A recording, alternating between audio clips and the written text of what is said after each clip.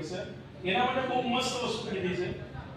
श्री कृष्ण ने साफ कहा है कर्म तुम्हारा कल होगा।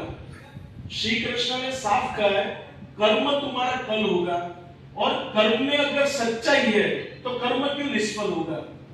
कर्म में अगर सच्चाई है तो कर्म क्यों निष्फल होगा। लोहा जितना तपता है उतनी ताकत बढ़ता है। लोहा जितना तपता है उतनी ताकत बढ़ता है। सोने को जितनी आग लगे उतना प्रखर निखरता है। हीरे को जितनी खाक लगे उतना खूब चमकता है। मिट्टी के बर्तन पकते हैं तो ठुमर ठुमर खनकते हैं। सूरज जैसा बनना है तो सूरज जितना जलना होगा।